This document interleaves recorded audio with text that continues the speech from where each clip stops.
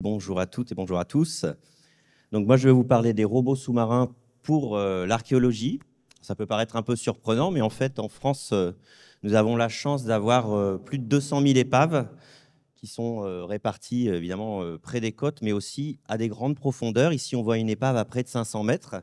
Et ces épaves profondes, donc, qui constituent une grande partie du stock, sont jusqu'à présent très peu étudiées, alors qu'elles ont un gros potentiel scientifique, puisqu'elles ont été préservées de la lumière. On voit qu'il y a très peu de colonisation biologique sur ces épaves, donc c'est facile d'accès. Elles ont été protégées des événements climatiques majeurs. Elles sont également protégées de la température, parce qu'on a une température relativement constante et assez basse, très peu d'oxygène. Bref, c'est les épaves idéales, sauf qu'elles sont également menacées. Ici, on voit en arrière-plan une épave du 1er siècle, où vous pouvez voir l'épave dans son état originel en arrière-plan, et puis devant, une saignée qui est un trait de chalut. Donc c'est un panneau de chalut qui a parcouru cette épave et qui l'a bouleversée définitivement en quelques secondes.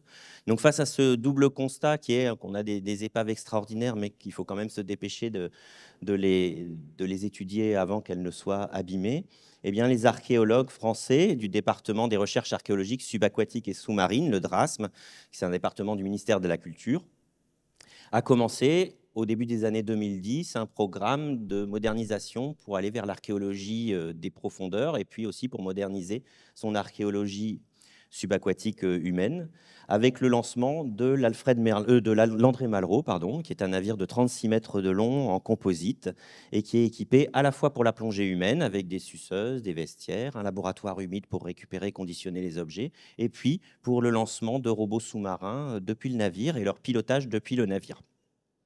Donc avec ce navire, en 2012, le DRASM a commencé à évaluer les systèmes qui existaient, les systèmes robotiques, qui étaient des systèmes robotiques qui ont été développés pour l'industrie offshore. Donc c'est des systèmes avec des bras manipulateurs hydrauliques qui sont puissants, qui sont conçus pour manipuler des vannes sur des installations pétrolières. Donc rien, pas du tout la délicatesse requise pour manipuler des objets archéologiques parfois très fragiles. Donc, à la suite de ce constat, ils ont contacté le CNRS qui a organisé des réunions pour rassembler tous les scientifiques susceptibles d'être intéressés. Et on a commencé à travailler ensemble pour développer des objets, des robots spécialisés en archéologie. La première fonction qu'on a tâché de faire, c'est la fonction de cartographie et d'observation, de documentation des sites. Donc ici, on voit des robots sous-marins qui, là, on est à 350 mètres de profondeur. On voit des spots qui ont été développés avec des PME françaises, notamment là, par exemple, pour les spots, la PME LDY, des PME passionnés qui nous ont aidés à faire des outils sur mesure. Ici, on a des spots qui peuvent délivrer jusqu'à 300 000 lumens. C'est énorme, hein, vous ne pourrez pas le soutenir en face à face, ce serait trop puissant. Et grâce à cette puissance lumineuse, on arrive à avoir des photos de très haute qualité, y compris lorsque le robot bouge, avec une grande profondeur de champ. Et toutes ces photos, par exemple ici, en bas à droite, eh bien, elles sont assemblées par un ordinateur, ce qu'on appelle la photogrammétrie, pour former des cartes de l'épave. Ça, c'est un bateau qui fait plus de 40 mètres, dont on voit des canons empilés les uns à côté des autres. Et cette photo a été construite par un ordinateur à partir de 6000 photographies. On peut en prendre encore plus, en particulier quand on veut faire de la 3D. Voici le cuirassé Danton. C'était une des missions du DRASM en 2015 et en 2016. Donc là, sur cette fois-ci, il s'agit d'un bateau qui a été coulé en 2017 pendant la Première Guerre mondiale et qui repose à 1000 mètres de profondeur au sud-ouest de la Sardaigne. Et c'est un navire qui fait 150 mètres de long. Donc 150 mètres de long, ça fait quand même une quantité de données considérable. On a dû prendre 42 500 images. 42 000 images, c'est ensuite un énorme travail de calcul pour l'ordinateur pour reconstituer le modèle complet de ce bateau qui est énorme.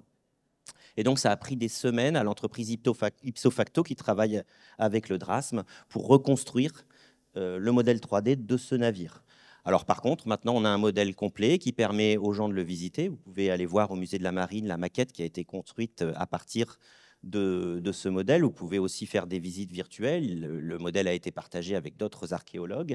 Et puis, c'est aussi une trace pour toujours parce que les bactéries qui mangent le métal sous la mer, eh bien, évidemment, dans 100 ans, auront eu raison de ce navire qui commence déjà à s'effondrer un petit peu. Alors, c'est plus lent parce que c'est un cuirassé, donc il se dégrade moins vite que le Titanic, par exemple, qui a coulé à peu près à la même époque, à 5 ans près. Mais voilà, on en gardera une trace pour toujours. Pour diminuer le nombre d'images que l'on prend, on a travaillé également avec l'ONERA. Ici, vous voyez Maxime Ferreira qui a fait une thèse sur ce sujet. Donc, la thèse consistait à développer un système de localisation et de cartographie simultanée. C'est ce qu'il a dans la main, cette petite caméra qui n'est pas plus grosse qu'une bouteille d'eau minérale et qui, pour autant, peut descendre à 500 mètres de profondeur, qui embarque un micro-ordinateur, une caméra monoculaire, un capteur de pression, une petite centrale inertielle. Et en fusionnant tout ça en temps réel, eh bien, ça nous donne en vert la trajectoire du robot, ce qui est assez précieux sous l'eau, parce que sous l'eau, il n'y a pas de GPS. Donc, pour se localiser, c'est très compliqué. Et en même temps aussi, ce système, vous le voyez, construit un nuage de points et un modèle 3D grossier de l'environnement qui ne va pas servir pour l'étude de l'épave, mais qui va servir à garantir qu'on a visité toute l'épave. Et donc ensuite, quand on va analyser les images avec l'ordinateur, on sera sûr d'avoir toutes les images nécessaires, on n'aura pas besoin d'y retourner. Et donc ça fait gagner énormément de temps et ça diminue énormément le nombre d'images que l'on va acquérir. Ça, c'est pour la documentation du site. Mais quand on a fini de documenter le site, parfois, il est nécessaire d'aller prélever des objets. Je dis parfois parce que souvent, on a l'impression que l'archéologie va consister à ramasser des objets. La meilleure place pour un objet archéologique sous-marin, c'est de rester au fond de la mer. On le récupère que s'il y a un vrai intérêt en termes de présentation dans un musée ou en termes scientifiques, par rapport aux objets dont on dispose déjà, ou par exemple pour dater plus précisément l'épave. Mais parfois, on n'est même pas obligé de ramasser l'objet pour dater l'épave. Il suffit d'une inscription qu'on verra avec une caméra haute définition au dos d'une poterie, et on saura dater l'épave à quelques dizaines d'années près, même si c'est une épave du 1er siècle, comme c'est le cas, par exemple, dans celle-ci, c'est une épave du 17e. Alors, pour ramasser les objets, en 2014, ici, vous voyez un des robots du LIRM, le laboratoire dans lequel je travaille. Nous avons développé des systèmes qui ne nécessitent pas le robot se pose sur le sol. Les robots manipulateurs avec des bras ont besoin de se poser sur le sol pour ramasser. Évidemment, quand on veut ramasser un objet sur une épave, si on se pose quelque part, on va se poser sur les objets qui sont autour, donc ça ne va pas. Donc nous, on travaille sur des systèmes qui ramassent à la volée. Vous voyez que le robot, là, vient surplomber l'objet et le ramasser avec une griffe. Et on développe des algorithmes d'aide au pilotage, de sorte que le pilotage soit extrêmement précis pour pas que la griffe pénètre dans le sédiment et n'aille endommager un autre objet que celui que l'on souhaite ramasser. Donc la précision, là, le travail scientifique de commande des robots sous-marins est important pour la préservation de ces objets. On a travaillé également, donc voici quelques objets typiques qui ont été ramassés par ces griffes-là. Il faut savoir qu'avec ces griffes, on n'a jamais cassé le moindre objet depuis 2014. Ça marche très très bien, y compris ces objets, ces bouteilles en verre que l'on voit là sur la droite de l'écran, qui sont des bouteilles du XVIIe siècle. Et lorsqu'on a besoin de ramasser des objets un peu plus gros, eh bien on développe des outils. Une fois qu'un outil est validé, on va le développer à une taille à une autre échelle. Donc là, c'est une griffe qui va à 500 mètres, qui peut porter 20 kg et qu'on a fait avec notre partenaire PME, Technoconcept, qui est une petite société de Loupian, dans l'Hérault. Avec cette même société, on a travaillé sur des mains robotisées, toujours pareil, portées directement par le robot. Alors plutôt que d'ajouter un bras sur le robot pour amener la main là où on veut, on ajoute des moteurs sur le robot et le robot va pouvoir se placer exactement comme il veut, une sorte de bras virtuel immense, qui n'a pas de limite et qui, en plus, ne va jamais toucher le fond, donc ne va pas abîmer les objets qui sont autour. Cette main-là, c'était un démonstrateur, hein, comme plusieurs systèmes qui sont apparus dans ce cheminement vers notre robot archéologue.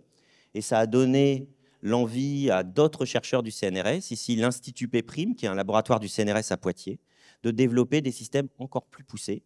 Donc on a travaillé avec eux, avec l'aide financière de l'Agence nationale de la recherche, pour concevoir cette main, la main Sea-Hand.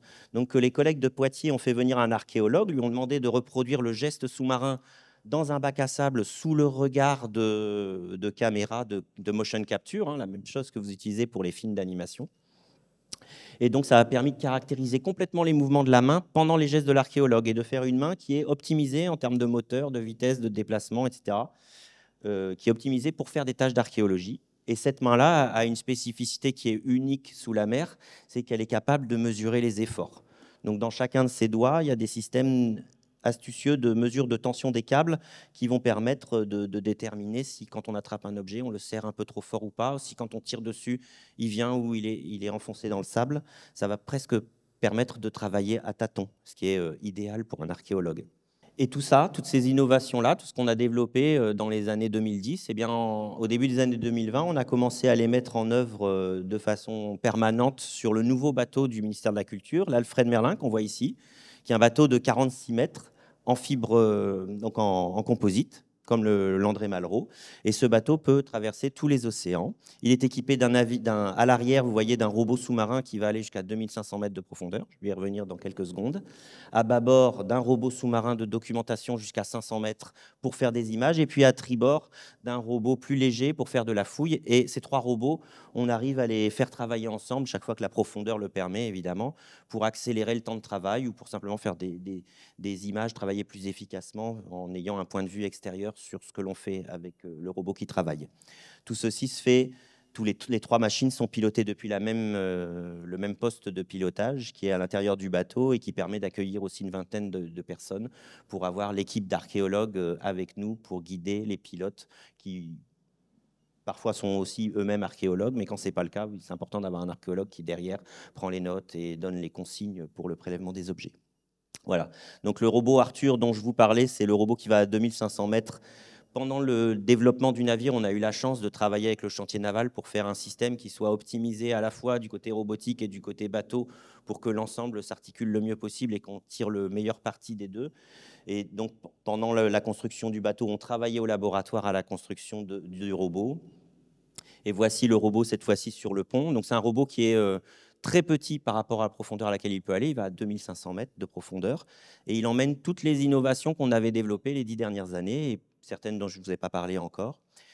Et ce robot, donc là, vous voyez le treuil qui fait 8 tonnes avec 2,6 km de câble, un câble d'acier qui vous fait descendre un ascenseur très, très rapidement. Donc l'ascenseur va descendre, indépendamment du courant qu'il peut y avoir autour, à 30 ou 40 mètres par minute, jusqu'à la verticale du site archéologique. Et quand on est assez proche, un autre treuil à l'intérieur du garage, on voit ici sur la photo de droite, va dérouler un câble jaune très souple et le robot va être libéré, va pouvoir travailler. Et puis à la fin de la mission, remonte dans son garage. Et il a, vous voyez en dessous, ici, on voit qu'il y a une caisse de prélèvement que le robot, une fois qu'il arrive sur le site, va déposer au fond. Voilà. Et puis le robot ensuite va, en haut à gauche ici, parcourir le site, en faire la photogrammétrie. Donc il fait la photogrammétrie, la documentation, les vidéos, les photos qu'il faut prendre. Ensuite, avec une trompe qu'il a ici, il est capable, sur l'image en bas à gauche, ici on voit une trompe qui est capable de souffler l'eau pour dégager le sédiment, dégager les objets. Parfois ça suffit pour voir ce qu'on a à voir. Parfois c'est nécessaire pour dégager les contours de l'objet pour mieux le saisir sans l'abîmer. Et quand on a besoin de le saisir, ici vous avez un petit pot en verre du 1er siècle, on utilise les griffes, on dépose dans la caisse de prélèvement et ensuite on récupère la caisse et on remonte à la surface.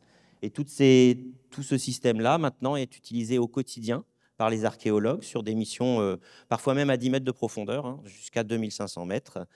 Et ça fait de la France le seul pays au monde à disposer d'une flotte de bateaux et de robots entièrement dédiés à l'archéologie sous-marine. Voilà. Je vous remercie.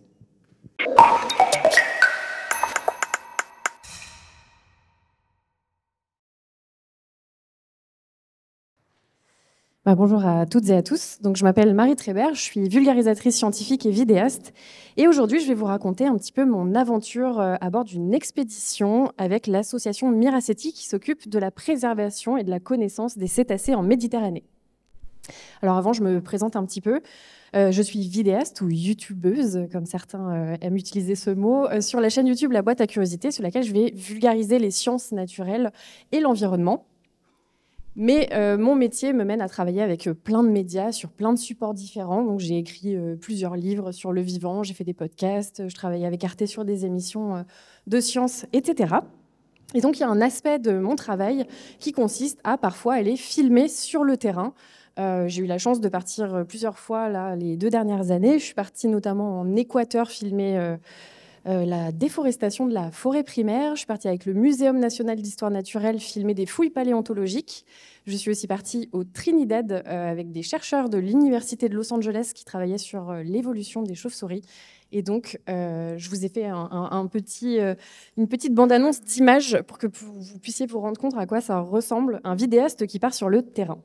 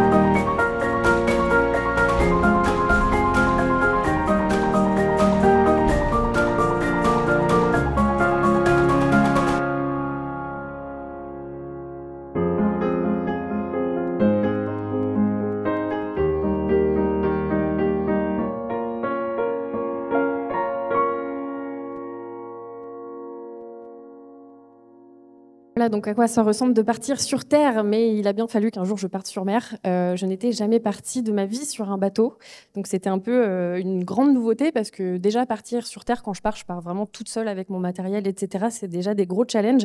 Alors partir en mer, il fallait que je vois un petit peu à quoi ça ressemble. Alors j'ai été invitée par l'association Miraceti, donc dont je vous parlais, qui travaille sur la conservation, la connaissance, le suivi des cétacés, des populations de cétacés en Méditerranée depuis déjà plusieurs années. Et cette année, en septembre dernier, à partir de fin septembre jusqu'à mi-octobre, il y a une expédition qui s'appelle Explore Pélagos, qui a été montée en partenariat avec la fondation One Ocean, qui est sous l'égide du CNRS. Et donc moi, j'ai été invitée à participer à cette première portion qui est ici, de Monaco à Gênes. Alors, cette expédition, elle se passe dans le triangle que vous voyez là. Ça s'appelle le sanctuaire Pélagos, qui est une zone maritime sanctuaire qui fait à peu près 88 000 kilomètres carrés. Et donc, c'est issu d'un accord entre l'Italie, Monaco et la France. Et donc, Miraceti est parti travailler sur le terrain pour voir un petit peu ce qu'il en était des populations sur cette zone-là, aussi documenter ce qui se passe au niveau des menaces. Donc, il y a tout le trafic maritime de Méditerranée, la pollution sonore, la pollution chimique, les déchets, etc. Qu'est-ce qui se passe pour les cétacés dans cette zone ? J'étais étonnée de découvrir la diversité des cétacés en Méditerranée. Il y a 8 espèces résidentes. Alors, par espèces résidentes, on entend des espèces qui ne transitent jamais avec l'Atlantique. Elles sont en Méditerranée, elles y restent. Alors, on va retrouver, par exemple, la baleine à bec de Cuvier, qui est le cétacé qui plonge le plus profond au monde et le plus longtemps, pendant 3 heures d'affilée, jusqu'à 3000 mètres de profondeur. On a le dauphin commun, le cachalot, on a des belles populations en Méditerranée, le globicéphale noir, qui vit en très grand groupe, les rorquals communs, le dauphin bleu et blanc, qui est le cétacé le plus présent, on est à peu près sur plus de 430 000 individus en Méditerranée. Le grand dauphin qu'on connaît tous, c'est Flipper le dauphin. Et on a le dauphin de Risso que j'aime beaucoup, puisque vous avez sûrement remarqué ici qu'il a des petites traces sur tout son corps qui ne sont pas dues aux activités humaines, mais sont des marques et des cicatrices d'interaction sociale entre eux. Et ça permet notamment de savoir leur âge, parce que plus un individu est rayé, plus il est vieux, par exemple. Alors, du coup, je suis partie à bord tout seul avec mon petit matériel et j'ai dû faire plein de choses pour faire un film parce que c'était le but. Donc, il fallait que je documente un petit peu comment l'association travaillait. Donc, ils font de la collecte de données, surtout par photo-identification notamment, c'est-à-dire prendre les ailerons des dauphins ou les petites dorsales des rorquals communs pour savoir combien il y a d'individus, etc. Pour ça, en fait, le bateau, chaque journée, il y a 3 observateurs qui se postent, donc un à bâbord, un devant, un tribord, pour que la mer soit toujours couverte avec des yeux. Et dès qu'on voit des espèces, on se dirige vers eux avec précaution et on essaye de compter les individus, etc. Je suis partie avec mon drone. Alors, j'avais déjà fait du drone sur Terre, mais alors sur mer, c'est quand même un sacré challenge quand vous devez faire atterrir votre drone sur un bateau qui dérive constamment. Vous vous posez, en fait, le bateau part tout le temps. J'ai fini par l'attraper comme une grosse mouche avec une épuisette. C'était une sacrée aventure. Filmer des animaux, je l'avais un petit peu fait, mais c'est vrai que quand on n'a pas d'appareil, moi, j'avais pas d'appareil qui allait sous l'eau, donc il fallait que je les filme en surface, etc. Le drone était bien pour avoir un complément d'image vue du ciel, etc. Filmer les outils utilisés par le personnel de bord, donc notamment beaucoup d'hydrophones pour entendre d'où viennent les clics des dauphins, les sifflements, les clics des cachalots, etc. Et j'ai été étonnée également parce qu'on entend surtout les bateaux en fait dans les hydrophones et très peu les animaux finalement. Documenter la vie à bord parce que aller sur un bateau, c'est un petit équipage, on était moins de 10. Il faut s'occuper tout le temps de la vie à bord, faire à manger, s'assurer que tout se passe bien, etc. pendant que les autres observent, c'est-à-dire que la mer n'est jamais lâchée des yeux de 7h du matin à ce qu'il fasse nuit. Et ensuite, faire des interviews pour laisser la parole aux personnes à bord, aux membres de l'association, voir comment ils vivent l'expérience, quel est leur travail, etc. Le résumé de ma semaine, j'ai eu la chance d'observer 3 espèces sur 8, donc le grand dauphin, le dauphin bleu et blanc, puisque c'est le plus commun en Méditerranée, on va dire qu'il y en avait vraiment tous les jours, et la baleine à bec de Cuvier, qui est très très rare. On a eu beaucoup de chance, on a eu la chance d'en observer un petit groupe de 5 environ, c'était assez extraordinaire. Une aventure humaine incroyable parce que c'est bien de filmer la science se faire, mais en fait, les personnes à bord, on est un petit équipage, la vie à bord avec 8 personnes dans un petit environnement confiné, ça soude, ça crée des liens, donc c'était vraiment très chouette. J'ai effectué une formation aussi à bord pour devenir observatrice cétacée, donc maintenant j'ai mon petit diplôme de l'école du dauphin, j'appelle ça, je suis très contente, donc maintenant je peux repartir en mer, et je suis repartie avec eux depuis pour pouvoir observer les cétacés. Premier mal de mer, parce que sinon c'était pas drôle. Je n'ai pas vomi, j'étais très contente. Par contre, j'avais plus d'oreille interne, c'est-à-dire que j'essayais de marcher, je tombais, donc j'ai dormi une après-midi entière. C'était très particulier. Des centaines de déchets collectés, dont on note tout ce qu'on croise, notamment les déchets, pour faire un peu une cartographie de où se placent les déchets dans la zone, et notamment des déchets plutôt étonnants, comme des fauteuils en cuir rouge au milieu du large. On n'a pas très bien compris comment il s'était retrouvé là, mais on l'a ramassé et on l'a mis à la poubelle au port. Et des centaines de données collectées. Donc les données collectées, ça va être le nombre d'individus, le cap suivi par l'animal, quelle est la taille du groupe, quelle est l'espèce, etc. Et ça, on en a récolté beaucoup, beaucoup de données. Miraceti fera un gros rapport ensuite qui sera fourni aussi bien aux acteurs du milieu marin qu'à des institutions, qu'à des scientifiques, mais aussi, par exemple, à des capitaines de ferry pour qu'ils soient un peu sensibilisés à la présence des cétacés en Méditerranée. J'ai assez parlé, je vous ai bombardé d'infos, je vous ai fait pareil une petite bande-annonce pour que vous puissiez voir à quoi ça ressemble ce que j'ai pu filmer à bord.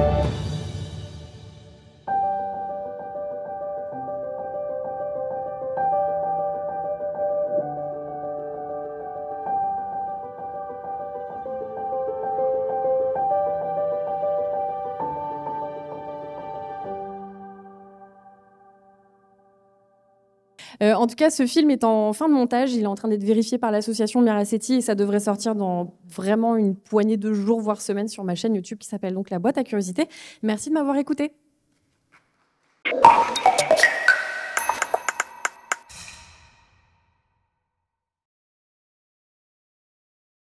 Bonjour à tous et à toutes. Effectivement, on va changer de décor. Alors, tout d'abord, je suis mathématicien, donc je travaille sur des modèles, mais j'aime bien confronter les modèles à la réalité. Donc, c'est ce qui explique le projet dont je vais vous parler maintenant. Et puis ensuite, pourquoi l'Irlande? C'est comme je travaille sur les vagues extrêmes, l'Irlande, c'est un des pays en Europe avec les vagues les plus puissantes. Et voilà, donc ça a été la décision d'aller chercher les vagues extrêmes sur la côte ouest de l'Irlande. Alors, dans le cadre du projet sur le déferlement des vagues, sur les vagues extrêmes, on est rapidement confronté aussi au changement climatique. Et en plus de ça, on a choisi une île pour installer notre station. Et donc, du coup, je me suis rendu compte que le réchauffement climatique a des effets encore plus prononcés sur les îles. Et donc, aussi bien au niveau de la remontée des eaux, des inondations, et puis des tempêtes. Donc et vraiment, il faut agir vite. Et sur les îles, c'est vraiment crucial. L'île d'Inishmaan, donc c'est en Irlande. Donc sur la côte ouest, il y a les îles d'Arran qui sont ici, et l'île du milieu. D'ailleurs, Inishmaan en irlandais, ça veut dire l'île du milieu. C'est celle qu'on a choisie pour le projet. Donc c'est une île qui fait à peu près 5 km de long. D'ailleurs, puisqu'on va parler de mesures de vagues, vous voyez là des observations satellitaires des vagues lors d'une tempête. Et puis là, vous avez une belle illustration du déferlement, l'écume que vous voyez. Et ça, c'est l'île d'Inishman. Alors, dans nos études, dans ce projet, il y a trois axes, je dirais, de recherche fondamentale. Et puis le quatrième axe qui est sur la mesure. La première question qu'on se pose, c'est pourquoi les vagues déferlent? Et ensuite, une fois qu'elles déferlent, quelle est l'énergie qui est dissipée? Le deuxième axe, c'est l'impact, la force des vagues qui se brisent sur des structures, que ce soit des structures naturelles, des falaises, vous verrez plus tard, ou des structures comme des bateaux, des digues, ou même on développe les énergies marines renouvelables. Donc effectivement, il y a des effets des vagues déferlantes sur les plateformes pour les éoliennes flottantes, pour les hydroliennes, et ainsi de suite. Et puis le troisième axe, alors je dirais c'est sur l'érosion, mais pas l'érosion au sens classique du terme. Je ne m'intéresse pas aux plages qui disparaissent, vous connaissez tous ça. Hein, il y a beaucoup d'équipes qui travaillent sur l'érosion du sable, par exemple. Là, je m'intéresse à l'érosion avec des cailloux de l'ordre du kilo. Donc c'est beaucoup plus gros qu'un grain de sable. Et vous allez voir pourquoi on s'intéresse à ce genre de choses. Et le quatrième axe, donc, c'était la mise en place de tous les instruments connectés nécessaires aux expériences des trois autres thèmes. Et donc, on a construit cette station sur l'île d'Inishman. Et une des particularités, c'est l'ensemble des outils sont connectés grâce à la technologie SIFI développée par l'ingénieur du projet Arnaud Dizan, et en particulier qui permet de récupérer les données des bouées par Wi-Fi et non pas par satellite. Ça illustre l'impact des vagues déferlantes. On va commencer ici par les vagues qui se brisent sur des porte-containers ici ou des bateaux de croisière. Il y a régulièrement des incidents. Ensuite, ça c'est le déferlement, je dirais, en pleine mer, avec, quand les vagues déferlent, il y a un échange gazeux entre l'océan et l'atmosphère. Et ça a un rôle très important pour le réchauffement climatique. Au jour d'aujourd'hui, on ne sait pas trop en fait dans quel sens ça va. Enfin, ça va dans les deux sens, mais quel est le bilan complet de cet échange gazeux? Ensuite, ici, ça c'est une hydrolienne, donc une machine qui récupère l'énergie des courants. Et un industriel nous avait posé la question si effectivement pendant une tempête, il y a des cailloux de l'ordre du kilo qui commencent à se déplacer, qui viennent heurter la pale, une pale, bon, ça ne sera pas bon pour la machine, mais est-ce que c'est quelque chose qui peut se produire? Ensuite, ça, c'est deux exemples d'éoliennes flottantes. Ça, c'est une éolienne offshore, une éolienne flottante ici, et puis une éolienne qui va jusqu'au fond. Et là aussi, il y a des problèmes, il peut y avoir des problèmes avec ces mouvements de cailloux. Ici, le déferlement le long de la côte. Donc, si c'est des zones habitées, des fois, les vagues peuvent arriver jusqu'aux immeubles. Et puis, ici, le déferlement le long des falaises.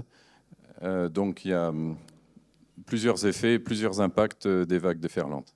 Pour ce qui est de la mesure des vagues, donc ça, c'est juste une diapositive qui montre un peu les méthodes qu'on a. Je ne vais pas rentrer dans le détail, mais alors on peut utiliser des mesures satellites. Et vous avez vu l'image au début, les vagues autour de l'île d'Inishman. Ensuite, on peut par exemple mettre un lidar sur un avion et puis mesurer les vagues de cette façon-là. Aussi, sur les bateaux, on peut mettre des caméras ou des radars. On peut utiliser des méthodes acoustiques pour obtenir des informations sur les courants et sur les hauteurs de vagues. Ou aussi bien en mettant un instrument au fond de la mer que sur un glider. Et puis les bouées traditionnelles. Et ici, j'insiste sur ce qui est novateur dans notre projet, c'est la transmission des données par Wi-Fi jusqu'à la côte. Donc ça permet d'avoir les données en temps réel. Ici, un exemple de radar, des capteurs de pression. Donc ça va nous donner des informations sur les vagues. Et puis aussi, on peut mettre des caméras pour observer les vagues déferlantes. Alors, je passe maintenant je reviens aux îles d'Aran. Et il y a 10 ans, une collègue irlandaise, Rona Cox, qui est aux États-Unis, m'avait contacté. C'est elle qui m'a présenté l'île d'Inishmaan. Et l'hiver 2013-2014, vous vous souvenez peut-être, ça a été un hiver très violent. Il y avait pratiquement une tempête toutes les semaines. Ça a été d'ailleurs, on a eu ça cet hiver également. Et donc, Rona Cox vient sur l'île d'Inishmaan tous les étés. Et elle a un catalogue de tous les gros blocs sur l'île. Et donc voilà un exemple de bloc de 128 tonnes, 14 mètres au-dessus du niveau de la mer et 50 mètres à l'intérieur des terres. Donc ça, c'est une photo prise durant l'été 2013. Je vais montrer maintenant une photo prise pendant l'été 2014, donc un an plus tard. Et ce même bloc a bougé d'environ 8 mètres. Donc on a même des observations de blocs de 600 tonnes qui ont bougé. Donc ça, quand on voit ça, on se dit... D'ailleurs, pendant longtemps, la communauté disait c'est pas possible que des vagues puissent faire ça, uniquement des tsunamis peuvent faire ça. Et maintenant, on est convaincu, on a la preuve que les vagues, les tempêtes peuvent déplacer de tels blocs. Donc pour mieux comprendre ce qui se passe, on a fait des expériences en laboratoire à échelle réduite. Donc ça, c'est des expériences à Marseille. Donc ce que vous allez voir, c'est on reproduit une vague violente. Ça, c'est la falaise ici qu'on reproduit, et puis le bloc au-dessus. Et puis une chose qu'on a remarqué, c'est que les blocs, des fois, peuvent tourner sur eux-mêmes. Et il y a des observations. On l'a observé sur les falaises. Et donc là, on a reproduit en laboratoire. Donc j'appelle ça un caillou intelligent parce qu'il y a des accéléromètres, il y a des capteurs de pression à l'intérieur du bloc. Donc on peut mieux comprendre ce qui se passe. Quand on fait de la recherche, surtout sur le terrain, il y a toujours des choses inattendues qui se produisent. Et comme j'ai dit, moi je travaille sur les vagues extrêmes. Donc le mois de juin, c'est un mois de repos. Il ne se passe pas grand-chose au niveau des vagues. Et bien là, il s'est passé quelque chose de très intéressant.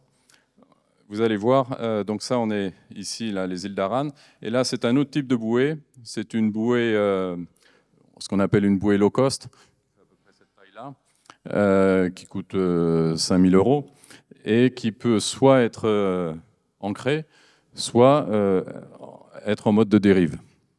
Nous, elle était ancrée, mais pour une raison encore inconnue, elle s'est détachée le 2 juin 2023. Et c'était une période où il n'y avait absolument aucune vague, pas de vent. Donc c'est uniquement les courants qui ont fait dériver la bouée. Et habituellement, quand il y a des tempêtes et qu'une bouée se décroche, elle est renvoyée très rapidement sur les falaises. Et en général, on la perd parce qu'elle est complètement écrasée. Là, ça n'a pas été le cas. Et la bouée, voilà, s'est mise à dériver pendant un mois. Alors, on avait un code de calcul qui nous permettait de prédire à peu près où elle allait aller, à 48 heures près. Et on a eu des données très intéressantes, parce qu'en plus, il y a un satellite qui passe tous les 15 jours au-dessus de l'Irlande. Et donc là, les 3 points, c'est des moments où on a à la fois les données de la bouée et les données du satellite. Donc ça, au niveau validation, ça a été passionnant. Mais alors plusieurs choses passionnantes sur cette expérience inattendue, c'est que d'abord, comme je vous l'ai dit, on faisait les prévisions de trajectoire. Et un mois après, un des étudiants du groupe a dit elle va arriver dans le nord de l'Irlande, à tel endroit, et tel jour. Et effectivement, l'ingénieur est allé sur place, c'était un samedi, et il a trouvé la bouée à 100 mètres des prévisions, et la bouée était intacte.